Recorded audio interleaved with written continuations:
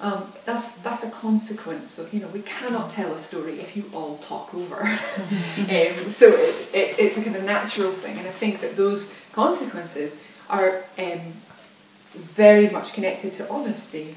It's real life. There are consequences to our actions, and that's the whole thing of saying to someone, look what's happened. Can you see your friend's face and all these tears, and you see they're very angry. When you hit this person, you hurt them. That's the consequence. It's an absolutely natural consequence, and as they get older and they develop empathy, they don't want that consequence, but they have to understand that was directly connected and start to be able to decenter and be able to ask questions about it.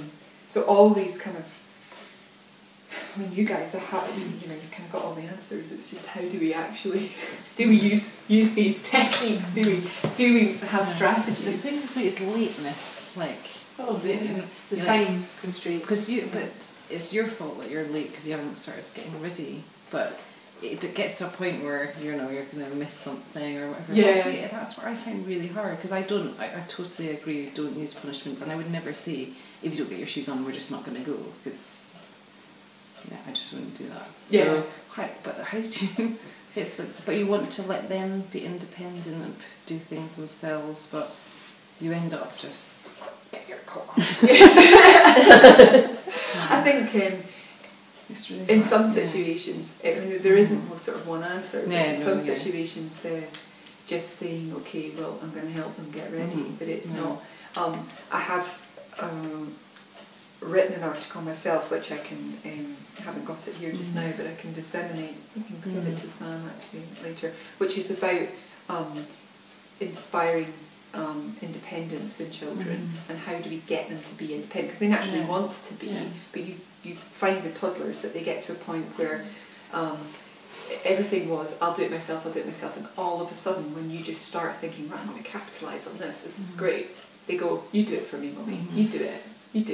And you just think, and a lot of parents get into a real battle of wills with their toddler at that point, because they'll say, because they know, I should help my child be independent, but then it doesn't quite. So my article just goes into details about how that has to come from the child, and that actually, if they're asking for help with something, as long as you have put all the things in place in the wider environment so that they have the chances to do lots of things for themselves, that's what will draw them in over time.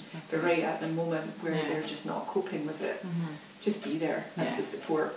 Just, that's right. It's okay. I think but there's things about getting dressed as well, where I don't know if I slightly misanalyzed it, but it's I think sometimes it's a really physical thing, and it's when you have a more independent child, they don't get a lot of contact, they're not getting picked up and hugged and cuddled and stuff, and so actually being dressed is a way that you can have that, and I'm just I am not dressing him when he's a teenager, but I think 5 is fine. And it does yo-yo. It's so there's sometimes he dresses himself and sometimes he doesn't. And he doesn't. He's got a really sensitive head, and so he doesn't like stuff over the head, and so I think having someone help him for whatever reason. But then it's how to motivate without it being a competition or a race or just, yes. Can I get my clothes on quicker than you can get your clothes on? And then it's should I have done it that way? Yeah, and again, then that's the kind of extrinsic motivators that we're. I think in some situations it's fun. And as long as it doesn't become the only way that you can get your child to possibly get ready, then. We all, I don't think there's anything wrong with it. We have to be creative. We get the fast music. You have to get out the door eventually.